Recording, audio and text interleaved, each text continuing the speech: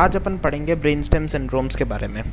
ये जो आपको इमेज दिख रही है सामने, डेंजर, खतरा, ठीक है, ये खतरा ही है, न्यूरोएनाटमी है, खतरा है ये, क्योंकि ये किसी को समझ में कम आता है ये, तो इसको सब छोड़ देते हैं। पर आज मैं एक शब्द बोलूँगा आपसे, ठीक है ना, कि अगर आपने इस वीडियो को ढंग से देखा और पूरा एंड तक देखा बिना बीच में कुछ सोचे, मतलब ऐसा ही समझ में नहीं आ रहा, ये नहीं आ रहा, बिल्कुल एंड तक देखा, एंड में कुछ बातें कही हुई हैं जो हर चीज़ को रेक्टिफाई और क्लैरिफाई करेंगी, ठीक है ना। तो अगर आपने पूरा वीडियो एंड तक देखा है तो फिर ये जो डेंजर वाला ये जो साइन है, इस टॉपिक के लिए आपकी ज़िंदगी से हमेशा हमेशा के लिए चला जाएगा, ठीक है। मैं आपको एक वर्ड बोल देता हूँ, आपने सब पढ़ा हुआ है इस टॉपिक में, कुछ पढ़ना ही नहीं, नया कुछ नहीं पढ़ना। ये वीडियो आप एंड तक देखेंगे तो ही आपको पता पड़ेगा, ठीक है। तो ये जो साइन है ये चला जाएगा आपकी ज़िंदगी से, और रिवीजन की ज़रूरत हो, एक बार समझने के बाद रिवीजन की ज़रूरत है, वापस देख ले वीडियो, ठीक है। अब अगर आपने आज ये वीडियो एंड तक नहीं देखा और अच्छे से नहीं देखा तो यही टॉपिक आप लोगों के लिए लॉन्ग टर्म हेल्थ हैज़ार्ड के रूप में बन जाएगा, लॉन्ग टर्म हेल्थ हैज़ार्ड के रूप में, ठीक है, ओके। तो वीडियो शुरू करने से पहले मैं आपको ये बोलूँगा, अगर आप चैनल पे नए हैं तो प्लीज़ चैनल को सब्सक्राइब कर दें, बेल आइकन दबा दें, लाइक बटन भी दबा दें, और कोई भी डाउट्स हों, कोई कंप्लेंट्स हों या कोई नया टॉपिक चाहिए तो प्लीज़ कमेंट पे मेंशन करें। तो अपन टॉपिक का श्री गणेश कर रहे हैं अभी, ठीक है, ओके।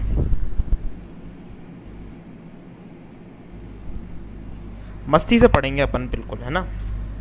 Brain stem syndromes.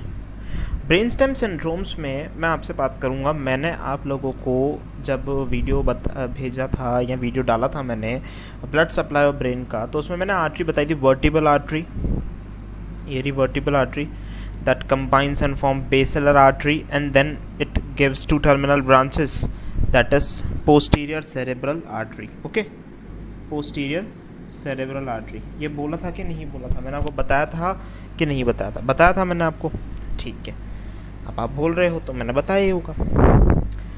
तो आपको वो वीडियो ध्यान हो तो अभी वर्टिबल आर्टरी, बेसिलर आर्टरी और पोस्टीरियर सेरेब्रल आर्टरी, ये मेडुला ऑब्लोंगेटा के लेवल पे जैसे आपको पता पड़ जाएगा। अगर मेडुला ऑब्लोंगेटा के लेवल पे कोई सिंड्रोम होगा तो वो ज़्यादातर कौन सी आर्टरी की वजह से होगा? वर्टिबल आर्टरी की वजह से, मतलब उसकी ब्लड सप्लाई, वर्टिबल आर्टरी जो ब्लड सप्लाई दे रही थी वो उसमें प्रॉब्लम होगी। पॉन्स के लेवल पे होगा तो बेसिलर आर्टरी कोई ब्लड सप्लाई दे रही थी उसमें प्रॉब्लम होगी, और मिड ब्रेन के लेवल पे होगा तो वो पोस्टीरियर सेरेब्रल आर्टरी कोई ब्लड सप्लाई दे रही थी उसमें कोई प्रॉब्लम आ गई है। तो ठीक है, ये आप लोगों को ये चीज़ें पहले से पता है, इसमें बताने की कोई ज़रूरत नहीं है। लोग ये भी रटते हैं, उसमें दे रखा होता है भाई ठीक है मेडुला ऑब्लोंगेटा के लेवल पे कोई फलाना फलाना ये सिंड्रोम है, उसमें वर्टिबल आर्टरी की वजह से हुआ। अब सब उसको रटना चालू कर देंगे, अरे vertebral artery, vertebral artery, vertebral artery. आप देखो ना, मैंने आपको बता तो रखा है इसमें, मतलब कुछ मतलब कुछ एक्स्ट्रा तो याद करने का ज़रूरत ही नहीं है ना, है क्या? अब अपन इसमें आगे पढ़ते हैं, ठीक है। देखो, मैं बात करता हूँ इंजुरीज। अपन ने 4 टाइप के लेमिनिस्कस पढ़े थे, medial lemniscus, lateral lemniscus, spinal lemniscus and trigeminal lemniscus. पढ़े थे कि नहीं पढ़े थे? 4 तरह के मैंने आप लोगों को लेमिनिस्कस बताए थे, medial, lateral, spinal and trigeminal lemniscus, okay. कौन कौन से बताए थे? Medial, lateral, spinal and trigeminal lemniscus. जैसे लेटरल लेमिनिस्कस ऑडिटरी पाथवे में था, स्पाइनल लेमिनिस्कस किस में था? स्पाइनल लेमिनिस्कस था स्पाइनोथैलेमिक ट्रैक्ट में, ये था डॉर्सल कॉलम ट्रैक्ट में मीडियल लेमिनिस्कस था, डॉर्सल ट्राइजेमिनल लेमिनिस्कस में था ट्राइजेमिनल ट्रैक्ट में, ट्राइजेमिनोथैलेमिक ट्रैक्ट में। तो ये मैंने चारों लेमिनिस्कस आपको बता रखे हैं प्रीवियस वीडियोस से। मैं बात करूं मीडियल लेमिनिस्कस, तो मीडियल लेमिनिस्कस में अगर देखो, अगर इंजरी हुई, देखो लेमिनिस्कस से ध्यान रखना, लेमिनिस्कस हमेशा कब बनता है? कोई सा भी लेमिनिस्कस हो, चाहे मीडियल, लेटरल, स्पाइनल, ट्राइजेमिनल, कोई सा भी एक फलाना ढीमकाना लेमिनिस्कस हो, वो कब बनेगा? वो बनेगा तब जब वो डेक्यूसेट करेगा, जब जो ट्रैक्ट है वो डेक्यूसेट करेगा ऑन टू अपोजिट साइड, तभी लेमिनिस्कस बनता है, तभी बनता है, उससे पहले तो नहीं बनता लेमिनिस्कस। तो ठीक है, तो लेमिनिस्कस में जो भी लेमिनिस्कस से जो भी इंजरी होगी वो हमेशा कॉन्ट्रालेटरल साइड में होगी, ये बात ध्यान रखना। कहाँ पे होगी? कॉन्ट्रालेटरल में कॉन्ट्रालेटरल हो गया, ये भी कॉन्ट्रालेटरल कॉन्ट्रालेटरल और यहाँ पे भी कॉन्ट्रालेटरल, ठीक है, हर चीज़ कॉन्ट्रालेटरल है लेमेनिस्कस के केस में। अगर मैं नर्व की बात करूँ, गैंग्लियन की बात करूँ, ठीक है, या फिर अपना न्यूक्लियाई की बात करूँ, तो ये डेक्यूसेट नहीं हो रहा है ऑपोजिट साइड में, तो इनमें जो इंजरी होगी वो इप्सिलेटरल साइड की इंजरी होगी, ठीक है। नर्व की, गैंग्लियन की, स्टार्टिंग किससे, न्यूक्लियाई से, न्यूक्लियाई, नर्व, गैंग्लियन, तीनों की जो इंजरी होगी वो इप्सिलेटरल होगी हमेशा। और लेमेनिस्कस की इंजरी हमेशा क्या होगी, लेमेनिस्कस में अगर इंजरी हुई तो उसके इफेक्ट्स कहाँ, कॉन्ट्रालेटरल, ठीक है। तो मीडियल लेमेनिस्कस में इंजरी हुई तो contralateral loss of conscious proprioception, lateral lemniscus में तो contralateral hearing loss, spinal lemniscus में हुई तो contralateral loss of pain and temperature of body, spinal lemniscus में contralateral loss of pain and temperature of body, and trigeminal lemniscus में there is contralateral loss of pain and temperature of face. मैंने बताया trigeminal nerve भी पूरी face की है, trigeminal nerve भी पूरी फेस की है, वो मसल्स और मैस्टिकेशन को सप्लाई करेगी, ठीक है। या फिर अपन बोलेंगे ऑरिकुलो टेम्पोरल नर्व भी होती है उसके अंदर, और ऑरिकल टेम्पल, ये अपना मैंडिबल, ठीक है, इन सबको यहाँ तक कि पैरोटिड को भी सप्लाई करती है। तो ये सारी जो चीज़ें हैं ना, ये अपन को पता है भाई फेस से रिलेटेड है, तो फेस से रिलेटेड जो भी ट्राइजेमिनल लेमेनिस्कस होता है वो ट्राइजेमिनल थैलेमिक पाथवे जो आप लोगों ने पढ़ा होगा, तो जो भी है वो फेस से, contralateral loss of pain and temperature of face. अब स्पाइनल लेमेनिस्कस में बॉडी में पूरी बॉडी है पर फेस नहीं है, फेस ट्राइजेमिनल लेमेनिस्कस से है, ओके। नेक्स्ट देखो, नेक्स्ट मैं बात करता हूँ मिड ब्रेन सिंड्रोम्स की, मिड ब्रेन सिंड्रोम्स की। अब मिड ब्रेन सिंड्रोम से चालू करूँगा। ये मिड ब्रेन का आप लोग डायग्राम देख रहे हैं, ठीक है ना, ये it is at the level of superior colliculus. Diagrams दोनों इंपॉर्टेंट हैं, इन्फीरियर कॉलिक्यूलस भी और सुपीरियर कॉलिक्यूलस भी। Superior colliculus from this midbrain stem syndromes point of view, और जो इन्फीरियर कॉलिक्यूलस है that is asked directly in examination, तो आने दोनों चाहिए। इन्फीरियर कॉलिक्यूलस का आपको मैं बता चुका हूँ पहले, ठीक है। अब ये देखो आप, इसके अंदर क्या है, सुपीरियर कॉलिक्यूलस के लेवल पे है, तो सुपीरियर कॉलिक्यूलस के लेवल पे है, ठीक है। अब ये सुपीरियर सेरेब्रल पेडंकल है, ये सेरेब्रल पेडंकल है, ठीक है, ये सेरेब्रल पेडंकल हो गया। ये रेड न्यूक्लियस है, मैंने आप लोगों को पहले बताया था, डॉर्सल टेगमेंटल डेक्यूसेशन और वेंट्रल टेगमेंटल डेक्यूसेशन, उसमें रेड न्यूक्लियस था कि नहीं था, तो रेड न्यूक्लियस यहाँ बड़ा सा रेड न्यूक्लियस प्रेजेंट है, ठीक है, ये है ना, बड़ा सा रेड न्यूक्लियस प्रेजेंट है। और ये थर्ड नर्व जा रही है, ये जो काली दिख रही है ना आपको, ये नर्व, ये थर्ड नर्व है, third nerve, okay, third nerve. ये superior cerebellar peduncle, superior cerebellar peduncle, ठीक है ना, सुपीरियर सेरेबेलर पेडंकल, ठीक है। अब आप ये देखो, ये लेमेनिस्कस दिख रहे होंगे आपको तीन, मीडियल, ट्राइजेमिनल और स्पाइनल, मीडियल, ट्राइजेमिनल और स्पाइनल। तो मीडियल है तो मीडियल साइड में होगा ट्राइजेमिनल एंड स्पाइनल। अब आप लोग ये सोच रहे होंगे कि इसमें लेटरल लेमेनिस्कस क्यों नहीं है, आप मेरे को बताओ लेटरल लेमेनिस्कस क्यों नहीं है, ये क्वेश्चन आपके लिए है।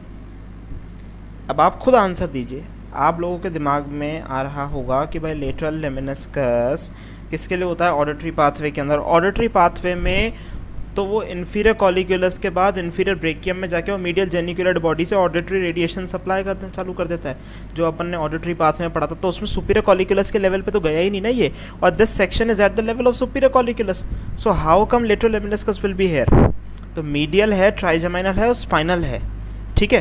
तो मीडियल है, ट्राइजेमिनल और स्पाइनल है, मतलब खाली चारों लेमेनिस्कस में से आपको लेटरल लेमेनिस्कस इसमें नहीं मिलेगा। काम आसान हो गया, ठीक है ना।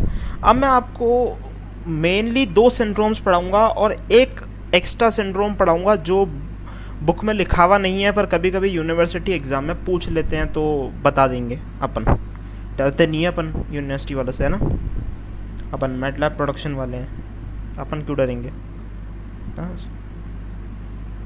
ठीक है।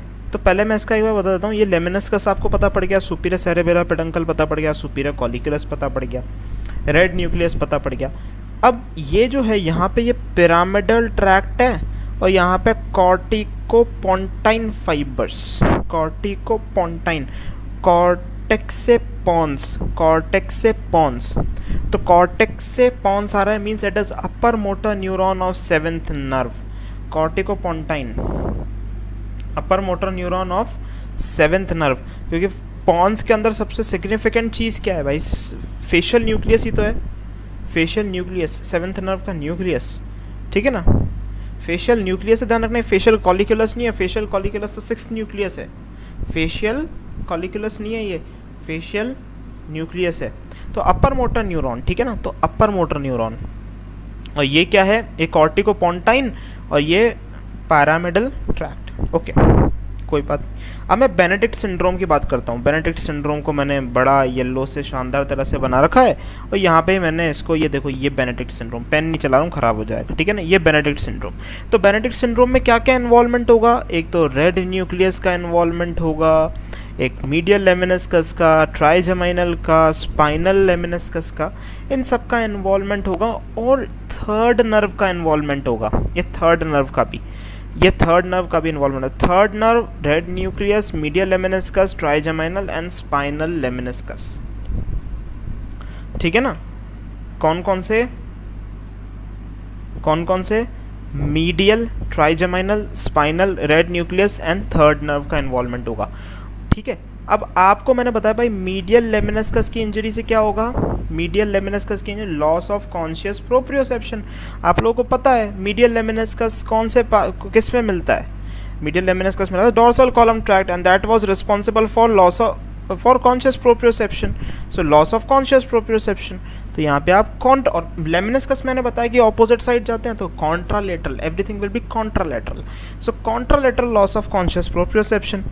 then comes spinal lemniscus, contralateral loss of body of pain and temperature of body, ठीक है। तो ठीक है, कॉन्ट्रालेटरल लॉस। और ट्राइजेमाइनल का मैंने बताया था face, contralateral loss of pain and temperature from face. अब superior cerebellar peduncle, cerebellar peduncle जब मैंने आपको बताया था, स्पाइनो सेरेबेलर ट्रैक्ट्स बताए थे, तो मैंने बताया था कि कोई सा भी पेडंकल हो, सुपीरियर सेरेबेलर हो, इन्फीरियर सेरेबेलर, उसमें प्रॉब्लम होने से होता क्या है, इंजरी होने से इप्सिलेटरल अटैक्सिया। इप्सिलेटरल अटैक्सिया मैंने बताया था ना, सिर्फ लेमिनिस्कस के लिए कॉन्ट्रालेटरल बात करना, बाकी में इप्सिलेटरल बोलना चालू कर देना, ठीक है ना। रेड न्यूक्लियस, अब रेड न्यूक्लियस मैंने आप लोगों को बताया था, it was facilitating flexors and inhibiting extensors. तो red nucleus was facilitating flexors and inhibiting extensors. तो फ्लेक्सर्स को फैसिलिटेट कर रहा है और एक्सटेंसर्स को इनहिबिट कर रहा है, ठीक है। सो अगर इसमें इंजरी हुई तो क्या होगा? अनवांटेड मूवमेंट होगा, ठीक है ना। अनवांटेड मूवमेंट होगा, मतलब ये फ्लेक्सर्स को फैसिलिटेट नहीं कर पाएगा, एक्सटेंसर्स को इनहिबिट नहीं कर पाएगा, मींस अनवांटेड मूवमेंट होगा। अनवांटेड मूवमेंट होगा मतलब क्या होगा? Tremors are unwanted movements, unwanted और अनकंट्रोलेबल मूवमेंट्स। तो वो रेड न्यूक्लियस की इंजरी की वजह से हो जाएगा। नेक्स्ट मैं बात करूं तो थर्ड नर्व की इंजरी थी ना, देखो मैंने मीडियल लेमिनिस्कस का बता दिया आपको, ट्राइजेमिनल का बता दिया, स्पाइनल का बता दिया, रेड न्यूक्लियस का बता दिया। अब मैं थर्ड नर्व की इंजरी बताऊंगा। तो थर्ड नर्व की इंजरी में क्या होता है? थर्ड नर्व किसके सप्लाई करेगी? Levator palpebrae superioris, superior rectus, medial rectus और स्पिंटर पैपेली एंड सीलियरिस, है ना। स्पिंटर पैपेली एंड सीलियरिस भले ही वो अल्डिंगर वेस्टफाल न्यूक्लियस से है, पर nerve is third nerve only, no, तो उससे कोई फर्क नहीं पड़ता। नर्व तो थर्ड नर्व है ना, तो sphincter pupillae and pupillae and ciliaris, superior rectus, medial rectus, inferior oblique, medial rectus, ठीक है, इन्फीरियर रेक्टस वगैरह। तो levator palpebrae superioris, its injury will call ipsilateral ptosis, okay, ipsilateral ptosis. Now medial rectus की वजह से ipsilateral divergent squint.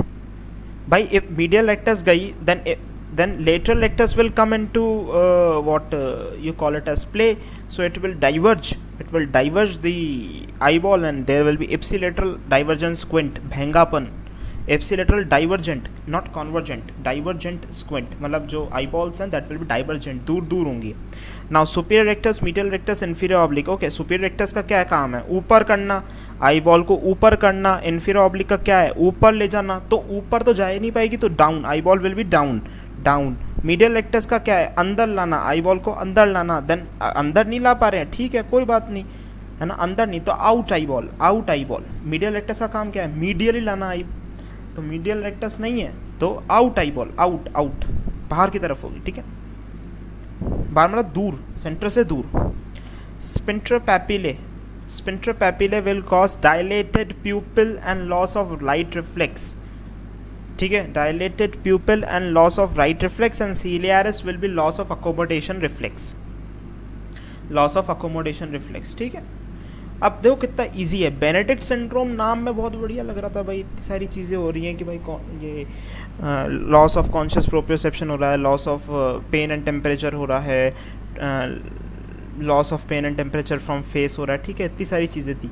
पर easy काम तो बहुत इजी है भाई। Medial lemniscus, trigeminal lemniscus, spinal lemniscus, अपन को पता है इनकी इंजरी से क्या होता है और वो इसमें इन्वॉल्व है। तो यहाँ पे सारी देखो ये चीज़ें मैंने बता दी। सुपीरियर सेरेबेलर पेडंकल का मैंने आपको बताया था अटैक्सिया होता है, आप जाके स्पाइनो सेरेबेलर ट्रैक्ट वाले वीडियो में जाके देखें, ठीक है। अब रेड न्यूक्लियस से मैंने आपको बताया कि भाई ट्रेमर्स हो जाएंगे, है ना, क्यों होंगे वो भी मैंने बताया।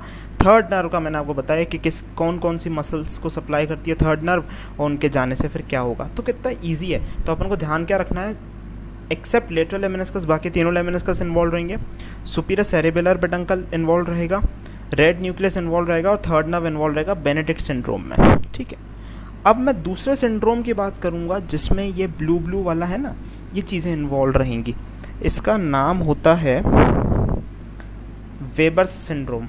वेबर सिंड्रोम में क्या होता है कि थर्ड नर्व का इन्वॉल्वमेंट होता है। देखो थर्ड नर्व का इन्वॉल्वमेंट है ही, देखो थर्ड नर्व भी आ रही है चपेटे में, देखो थोड़ी सी, तो थर्ड नर्व का इन्वॉल्वमेंट तो है ही।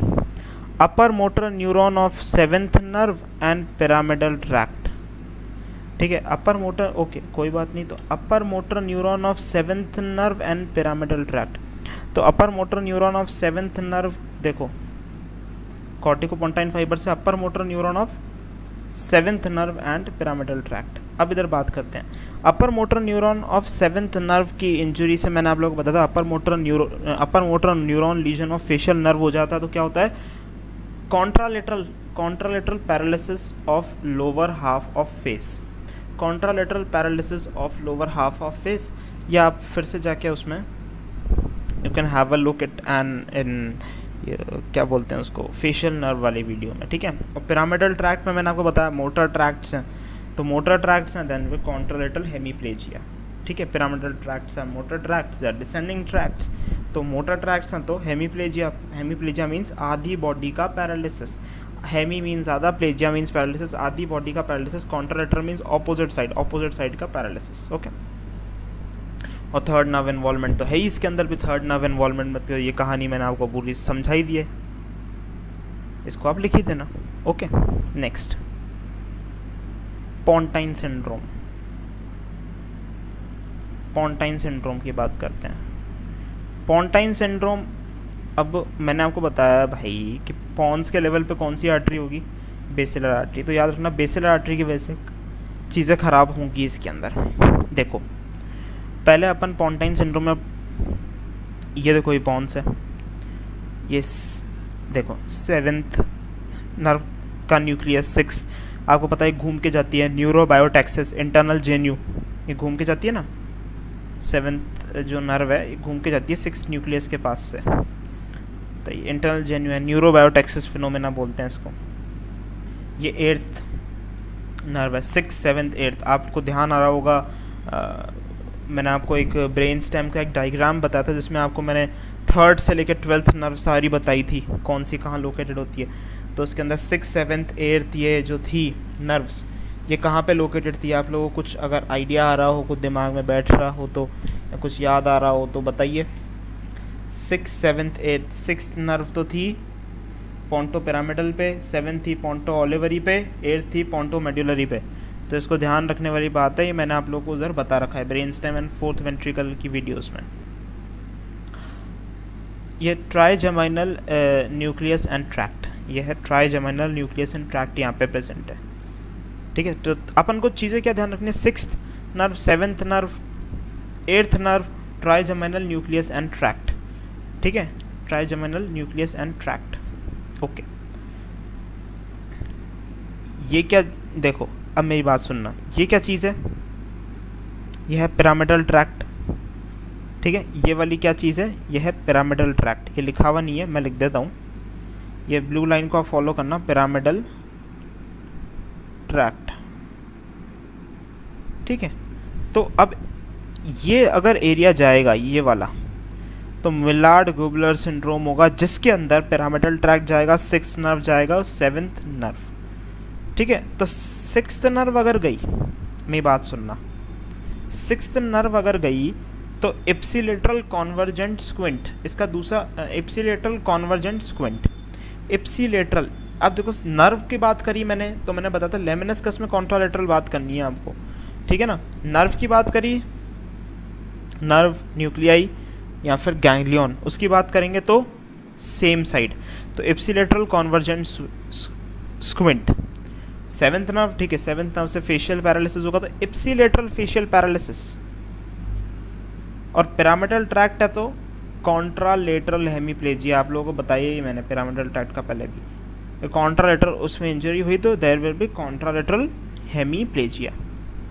इसका दूसरा नाम होता है एब्ड्यूसेंट ऑल्टरनेट हेमीप्लेजिया। तो इसमें आप लोगों को ध्यान रखने वाली तो बात कुछ एक्स्ट्रा है ही नहीं, मिलार्ड गुबलर सिंड्रोम तो बहुत इजी हो गया भाई। 6th नर्व की इंजरी से क्या हुआ, इप्सिलेटरल कॉन्वर्जेंट स्क्विंट, क्योंकि 6th nerve is supplying lateral rectus, lateral rectus काम नहीं करेगी, देन कॉन्वर्जेंट स्क्विंट होगा।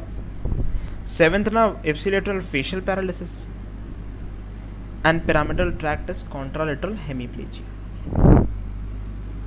ठीक है। इसका दूसरा नाम जो है एब्ड्यूसेंट ऑल्टरनेट हेमीप्लेजिया, क्योंकि इसमें एब्ड्यूसेंट नर्व इन्वॉल्व है, ठीक है, और हेमीप्लेजिया है, तो इसका नाम आप ऐसे याद रख सकते हो। ये दूसरा नाम है इसका एब्ड्यूसेंट ऑल्टरनेट हेमीप्लेजिया। काफ़ी बार वाइवा में इस नाम से भी मिलार्ड गुबलर सिंड्रोम पूछा जा सकता है। ओके, मैं पोंटोसेरेबेलर एंगुलर सिंड्रोम की बात करूँगा, ये भी बहुत ईजी है, ये वाली इसकी बात करूँगा। Pontocerebellar angular syndrome, middle cerebral peduncle involve होगा, इन्फीरियर सेरेबेलर पेडंकल इन्वॉल्व होगा, trigeminal nucleus and tract involve होगा, 8th नर्व इन्वॉल्व होगा, ठीक है, कोई बात नहीं। अब 7th नर्व से तो ipsilateral facial paralysis, 8th nerve से आपको पता है भाई, है ना, ऑडिटरी के काम आती है ये, तो प्रोग्रेसिव डेफनेस हो जाएगी, बैलेंसिंग इशू भी हो जाएगा, टाइनाइटिस भी हो जाएगा। एंड 5th न्यूक्लियस, 5th भी क्या ना, देखो ट्राइजेमिनल न्यूक्लियस एंड ट्रैक्ट, तो ट्राइजेमिनल न्यूक्लियस एंड ट्रैक्ट से तो मैं आपको क्या बताऊँ, अब आप खुद ही लिख सकते हो उसमें। इप्सिलेटरल लॉस ऑफ ट्रैक्ट क्या है ना, देखो तो ipsilateral loss of pain and temperature from face, ipsilateral loss of pain and temperature from face. और मिडल सेरेबेलर पेडंकल और इन्फीरियर सेरेबेलर पेडंकल से क्या होगा, इप्सिलेटरल अटैक्सिया। इजी है, इजी है या बहुत इजी है?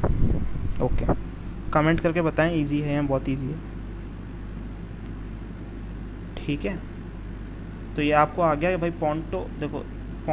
देखो कौन सा है, पोंटोसेरेबेलर एंगल सिंड्रोम, तो उसमें trigeminal nucleus and tract, 8th nerve, middle cerebellar peduncle, inferior cerebellar peduncle, तो middle and inferior cerebellar peduncle से तो क्या हो गया, इप्सिलेटरल अटैक्सिया। 6th न्यूक्लियस से हो जाएगा ipsilateral loss of pain and temperature of face, 8th nerve tinnitus, ipsilateral progressive deafness and balancing issue, 7th nerve से फेशियल पैरालिसिस, ठीक है, 7th नर्व से फेशियल पैरालिसिस, ये सारा आपको पता है, ठीक है। आप लिखते भी जाइए, नोट्स भी बनाते जाइए साथ में, okay. Medullary syndromes, medullary syndromes, okay. So मैं मेड्यूलरी सिंड्रोम्स की बात करूं तो मेड्यूलरी सिंड्रोम्स और भी इजी हैं। मेड्यूला ऑब्लोंगेटा का डायग्राम बना रखा है, ये दिखने में बड़ा कॉम्प्लेक्स लग रहा होगा, कॉम्प्लेक्स नहीं है, इजी है, ठीक है, इसमें ज़्यादा डरे नहीं, सहमे नहीं। तो मेड्यूलरी सिंड्रोम्स में अपन देखेंगे कि भाई ये देखो, ये है, ये कौन सी नर्व है बताओ, 12th नर्व, ये यहाँ पे है 12th नर्व, ओके, ये भी 12th नर्व। मीडियल लेमिनिस्कस यहाँ पे आ जाएगा, मीडियल लेमिनिस्कस, ये पिरामिड्स, ये ऑलिव्स, ठीक है, pyramids, olives, 12th nerve, medial lemniscus, 12th nerve, medial lemniscus, ठीक है।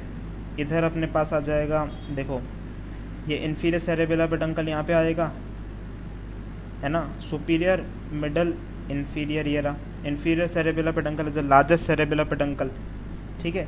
ये vestibular nucleus, nucleus ambiguous, sympathetic tract, spinal nucleus and tract of trigeminal nerve and spinal lemniscus. Easy है। तो पहले पहले क्या दिखा आपको, ये इस ऑर्डर में प्रेजेंट नहीं है, ज़रूरी नहीं है इस ऑर्डर में प्रेजेंट हो, मैं तो बता रहा हूँ कि सारी चीज़ें मिलेंगी आपको। कौन कौन सी मिलेंगी? Vestibular nucleus, nucleus ambiguous, sympathetic tract, spinal nucleus and tract of trigeminal nerve and spinal lemniscus. Easy है। तो अपन आगे देखते हैं, आगे देखिए होता है क्या। येलो कलर वाला पहले देखेंगे, मीडियल मेड्यूलरी सिंड्रोम। इसमें इन्वॉल्व क्या क्या रहेगा? ईजी है। 12th nerve, hypoglossal nerve, medial lemniscus and pyramid. ठीक है। तो मीडियल मेड्यूलरी सिंड्रोम देखेंगे तो मीडियल लेमिनिस्कस गया तो loss, contralateral loss of conscious proprioception. ठीक है। मीडियल लेमिनिस्कस का मैंने आपको, मीडियल लेमिनिस्कस अपन को कहाँ मिलता है?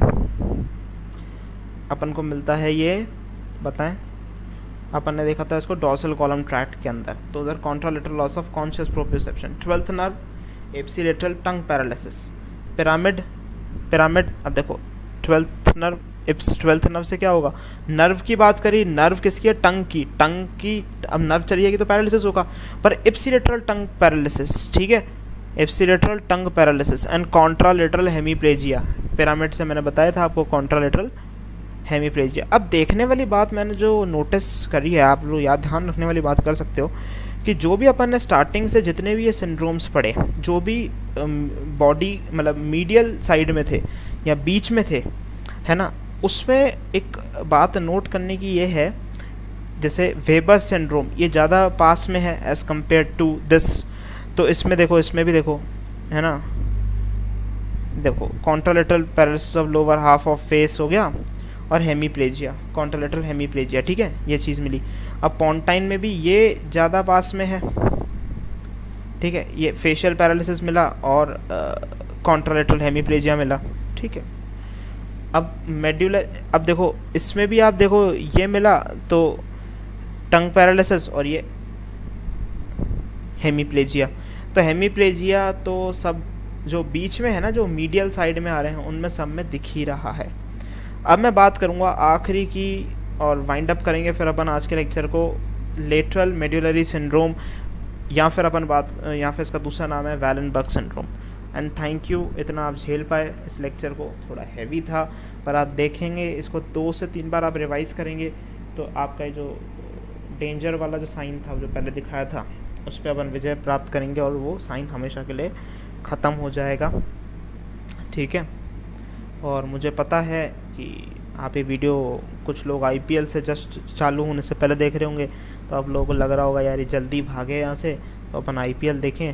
पर देखो पढ़ाई तो पढ़ाई है, करके ही निकलेंगे अपन। थोड़ा सा ही है, 5 मिनट रुक जाओ, फिर IPL देखना और फिर देखना, नीचे डालना कमेंट बॉक्स में कौन सी टीम जीती, कि मैं देखता नहीं हूँ इतना, है ना। ओके। और जो बाद में देखें वीडियो को IPL ख़त्म होने के बाद में, वो इतना निराश ना हो, है ना। जब मैं तो इसलिए बोल रहा हूँ कि IPL का टाइम चल रहा है अभी। Okay. Lateral medullary syndrome, this was medial medullary syndrome and lateral medullary syndrome का दूसरा नाम है वैलेनबर्ग सिंड्रोम। मेरे को तो दूसरा नाम रखने का देखो मतलब भी समझ में नहीं आता, क्यों रखते हैं फालतू मगजमारी। याद रखो दो नाम, एक तो याद नाम ध्यान होता नहीं है, और वैलेनबर्ग और ध्यान रखो, क्या करें इनका यार।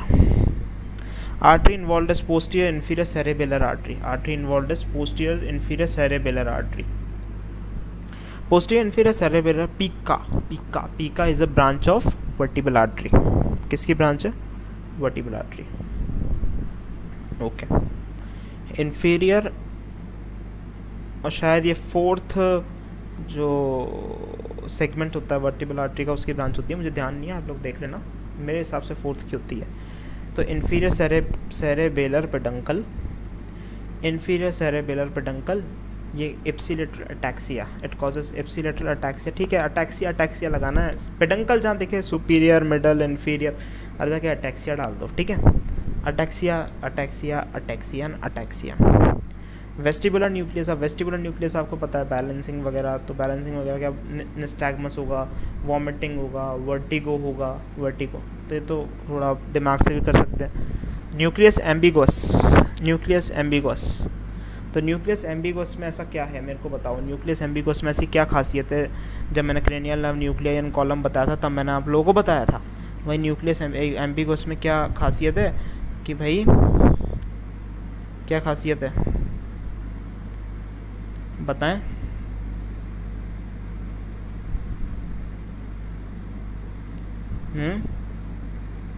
किसी को पता है न्यूक्लियस एम्बिगस में ऐसी क्या खासियत है? मैं 2 मिनट का आपको सोचने का टाइम दे रहा हूँ, आप बताएं न्यूक्लियस एम्बिगस के बारे में।